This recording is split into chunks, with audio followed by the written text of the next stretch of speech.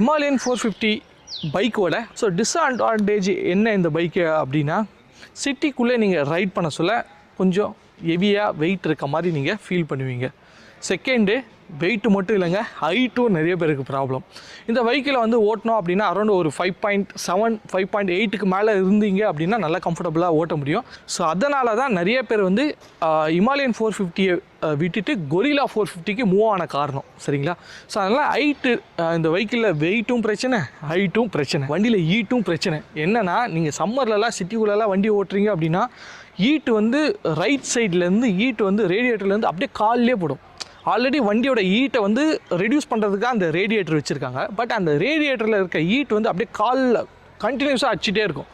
So அது ஒரு ரொம்ப டிஸ்அட்வான்டேஜாக இருக்குது ஹீட் இஷ்யூவில். சரிங்களா? பட் அதே நீங்கள் ஹைவேல க்ரூஸ் பண்ணி போகிறீங்க, அதை நீங்கள் ஃபீலே பண்ண மாட்டீங்க. 50 நீங்கள் செருப்பு போட்டுலாம் ஓட்டவே முடியாதுங்க, ஷூ போட்டு தான் ஓட்ட முடியும்.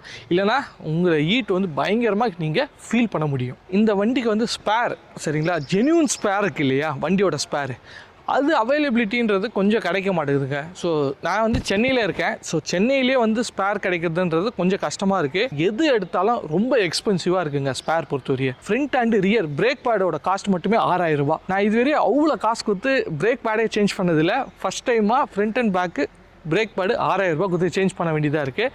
நெக்ஸ்ட்டு சரி, பிரேக் பேடு தான் 6000 ரூபா சொல்கிறாங்க, செயின் ஸ்ப்ராக்கெட் மாற்றலான்னு பார்த்தா செயின் ஸ்ப்ராக்கெட்டோட ப்ரைஸுமே பார்த்தீங்கன்னா 6000 ரூபா. பார்த்தீங்கன்னா ரேட்டு ரொம்ப எக்ஸ்பென்சிவாக இருக்குது.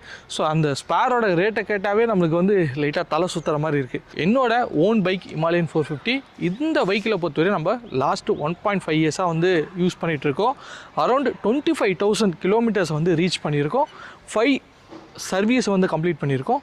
நிறைய ட்ராவலும் இந்த பைக்கில் பண்ணி. ஸோ இந்த வீடியோ பிடிச்சிருந்தால் லைக் பண்ணுங்கள், உங்கள் ஃப்ரெண்ட்ஸ் அண்ட் ஃபேமிலிக்கு இந்த வீடியோவை ஷேர் பண்ணுங்கள், நம்ம பேஜை சப்ஸ்கிரைப் பண்ணுங்கள்.